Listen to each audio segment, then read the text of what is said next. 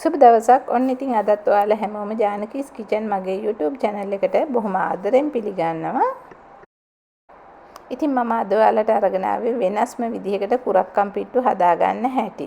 ඉතින් ඔයාලා මේ විදිහට කුරක්කම් පිට්ටු හැදුවොත් ලොකු පොඩි හැමෝම ගොඩක් ආසාවෙන් කයි. ඉතින් ඒ තරමටම මේ කුරක්කම් පිට්ටු එක රසයි. අපි එහෙනම් වැඩි වෙලාවක් ගන්න නැතුව මේ කුරක්කම් පිට්ටු හදන්න අවශ්‍ය කරන්නේ මොනවද, මේක හදාගන්නේ කොහොමද කියලා බලමු. ඉතින් මේ හැමෝම ආස කරන විදිහට කුරක්කම් පිට්ටු හදන්න කුරක්කම් පිට්ටු කප් එකක්, ඒ කියන්නේ අවුන්ස් 8 ප්‍රමාණයේ කප් එකක්, ඒ කියන්නේ ග්‍රෑම් වලින් ගත්තොත් ග්‍රෑම් 125ක්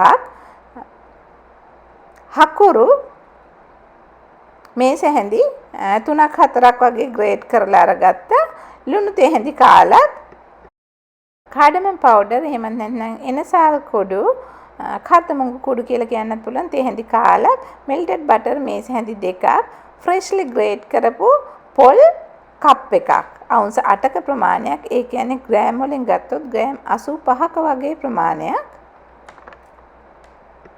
ලූක් වෝම් වෝටර්, ඒ කියන්නේ අන්තිමට රස්නේ තියෙන වතුර වලින් කෝප්ප 3න් එකක් අවශ්‍ය වෙනවා.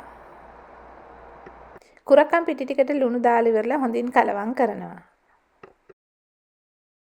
කුරක්කම් පිටි ටික සෝස් පෑන් එකකට දාලා මීඩියම් හීට් එකේ හොඳින් කලවම් කරමින් ඩ්‍රයි රෝස්ට් කරනවා. කුරක්කම් පිටි වලින් හොඳ සුවඳක් එනකල් ඩ්‍රයි රෝස්ට් කරනවා. ඉතින් මට මේ කුරක්කම් පිටි ටික මීඩියම් හීට් එකේ ඩ්‍රයි රෝස්ට් කරගන්න හරියටම විනාඩි 5ක් ගියා. ඉතින් ඔයාලගේ ලිපේ උෂ්ණත්වය අනුව ඩ්‍රයි රෝස්ට් කරන වෙලාව ටිකක් අඩු වැඩි වෙන්න පුළුවන්. ඩ්‍රයි රෝස්ට් කරගත්ත කුරක්කම් පිටි ටික මේ වගේ බෝල් එකකට දාලා හොඳටම නිමෙනකල් තියෙනවා. හොඳින් නිමුණු කුරක්කම් පිටියකට වතුර ටික ටික එකතු කරලා ක්‍රම්ස් හදනවා.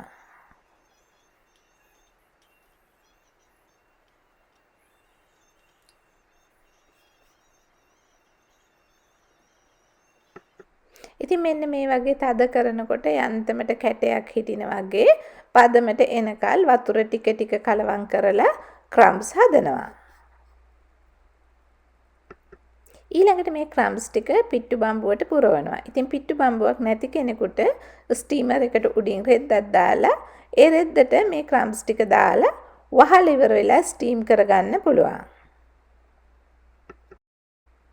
පිට්ටු බම්බුවේ උඩින් මේ වගේ දුම් යනකල් ස්ටීම් කරනවා. ඉතින් මට මේක ස්ටීම් කරන්න විනාඩි 6ක් විතර ගියා. ඊළඟට ස්ටීම් කරපු කුරක්කම් පිට්ටු ටික මේ වගේ බෝල් එකකට දානවා.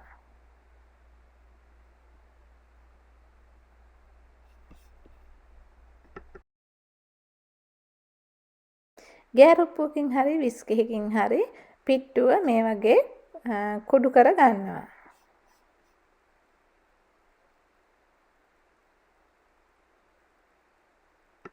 කාඩමම් පවුඩර්, එහෙම නැත්නම් එනසාල් කුඩු ටිකක් දාලා මේ වගේ හොඳින් කලවම් කරනවා.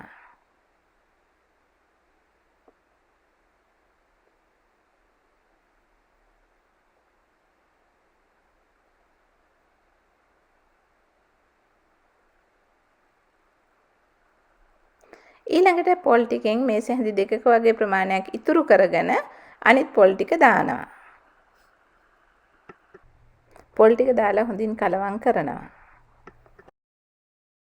හකුරු ටික දාලා කලවම් කරලා ඊළඟට මෙල්ටඩ් බටර් ටික දාලත් කලවම් කරලා අත හොඳින් හොදලා අතිනුත් කලවම් කරනවා. ඊළඟට මේ වගේ පොඩි කප් එකක් අරගෙන ඉතුරු කරගත්ත පොල් වලින් මේස හැන්දක වගේ ප්‍රමාණයක් ඒ කප් එකේ අඩියට දානවා.